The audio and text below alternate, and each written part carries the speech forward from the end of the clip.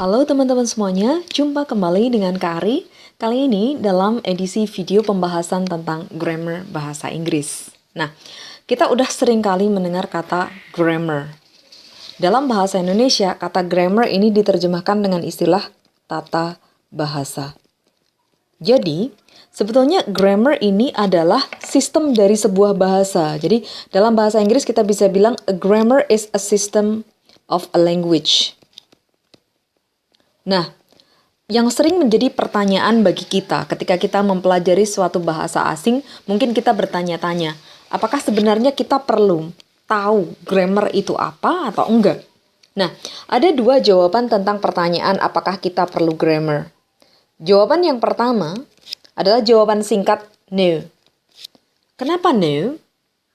Kalau kita lihat di sekeliling kita, ada banyak orang, ada banyak anak-anak khususnya, mereka bisa mulai berbicara sebuah bahasa tanpa tahu kata grammar itu apa atau tanpa tahu aturan-aturan grammar bahasa itu seperti apa.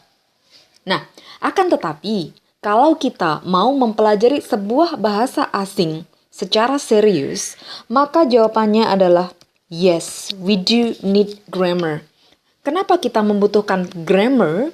Karena grammar ini bisa membantu kita mempelajari bahasa secara lebih cepat. Dan juga ini bisa membuat kita mempelajari sebuah bahasa asing ini secara efisien.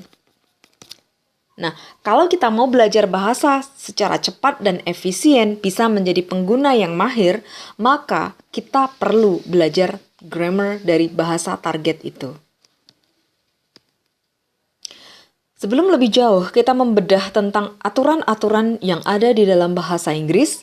Kita kenalan dulu yuk dengan grammar itu sendiri apa. Nah, di sini Kari punya timeline yang menggambarkan perjalanan tentang grammar itu sendiri. Kita mulai dari masa Yunani kuno. Jadi, yang dikatakan sebagai grammar ini berasal dari bahasa Yunani, yaitu berasal dari kata gramatik, yang artinya adalah seni menulis. Kemudian kita bergerak ke depan sampai pada abad pertengahan, di mana grammar itu dianggap sebagai sebuah studi tentang bahasa Latin. Kenapa bahasa Latin? Karena bahasa yang digunakan oleh orang-orang yang terdidik pada masa itu adalah bahasa Latin. Kemudian kita maju lagi ke tahun 1585, di mana pada tahun ini, buku grammar bahasa Inggris yang pertama yang judulnya Brief Grammar for English ini ditulis oleh seorang bernama William Bullocker.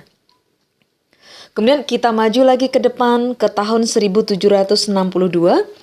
Ada satu buku grammar yang paling berpengaruh, yaitu namanya Short Introduction to English Grammar. Ini ditulis oleh R. Lowth. Kemudian kita bergerak lebih ke depan lagi, yaitu pada akhir abad ke-19 dimulai yang namanya A New Modern Understanding of Grammar. Jadi pemahaman grammar yang modern ini dimulai. Nah, dan yang sekarang, poin kita sekarang ini adalah menurut New College Standard Dictionary. Jadi menurut standar dictionary yang ini, grammar itu adalah sejenis ilmu yang menjelaskan berbagai prinsip tentang penggunaan bahasa. Nah, jadi nantinya di dalam video ini kita akan mempelajari tentang prinsip-prinsip penggunaan bahasa Inggris. Oke, sebelum kita mulai dengan pembahasan grammar secara mendetail, kenapa penting belajar grammar? Jadi penting sekali kita punya pemahaman kenapa kita itu perlu mempelajari grammar sebuah bahasa. Seperti yang kita lihat dalam ilustrasi di sini, kita melihat sebuah lalu lintas yang sangat kacau, di mana semua mobil menuju ke satu arah, ada rambu-rambu tetapi tidak digubris di sini. Nah, aturan grammar itu sama, bisa diibaratkan sebagai aturan lalu lintas. Jadi, jika aturan itu dilanggar, maka yang akan terjadi akan mempersulit pengendara lain di jalan. Sama halnya dengan bahasa Inggris. Kalau kita ini gagal mengikuti aturannya, orang lain akan kesulitan memahami kita. Seringnya muncul yang namanya misunderstanding, salah paham. Jadi yang dimaksudkan A ternyata orang lain menangkapnya B. Nah, oleh karena itu, Yang namanya memahami grammar bahasa apapun itu sangatlah penting. Kalau apa? Kalau kita mau menjadi pengguna yang cakap dan akurat. Jadi kita bukan sebagai pengguna yang namanya just speak atau just write survival English. Jadi bahasa Inggris untuk bertahan hidup. Jadi itu bisa campur bahasa isyarat ya. Tetapi kalau kita mau menjadi pengguna yang cakap dan akurat, we do need to learn grammar. Ada banyak hal yang harus kita pelajari, tetapi untuk memulainya, kita harus ingat ya, bahwa bahasa Inggris ini bahasa yang sangat fleksibel. Maksudnya gimana? Bahwa arti sebuah kata itu ditentukan tidak hanya dari bagaimana kata itu dieja, diucapkan, tetapi juga bagaimana kata itu digunakan di dalam kalimat.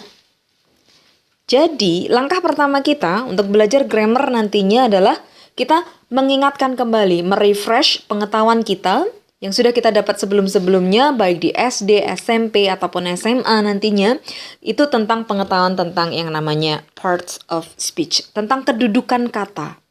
Karena yang harus kita ingat bahwa cara sebuah kata digunakan di dalam kalimat itu akan menentukan kedudukannya, juga menentukan arti.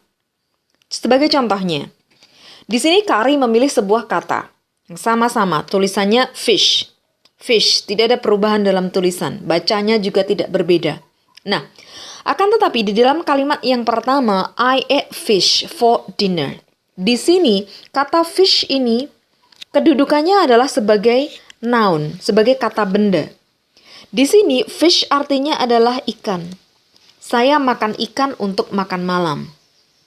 Tetapi kalau kita membandingkan dengan kalimat yang kedua, di mana di sini kata fish ini berfungsi sebagai verb atau sebagai kata kerja. Maka arti dari kalimat yang kedua ini artinya adalah bapak dan saudara saya fish in the lake. Berarti dia artinya adalah memancing. Memancing di danau pada akhir minggu. Nah, terlihat sekali perbedaannya ya. Ketika dia sebagai noun, ketika dia berfungsi sebagai verb. Nah, untuk bagian yang pertama yang namanya part of speech atau kedudukan kata, kita nanti akan membahas tentang 8 poin. Masing-masing akan ada pembahasan tersendiri, mendetail. Jadi di sini part of speech-nya yang pertama itu adalah nouns. Nouns ini dalam bahasa Indonesia disebut sebagai kata benda. Kemudian yang kedua, kita akan belajar tentang yang namanya adjective atau disebut sebagai kata sifat. Selanjutnya kita ada adverbs, artinya adalah kata keterangan. Kemudian ada verbs, ini artinya adalah kata kerja. Kemudian pronoun ini namanya kata ganti. Conjunction ini adalah kata hubung. Kemudian preposition ini adalah kata depan. Dan yang terakhir kita punya interjection. Ini adalah kata seru yang berupa seruan.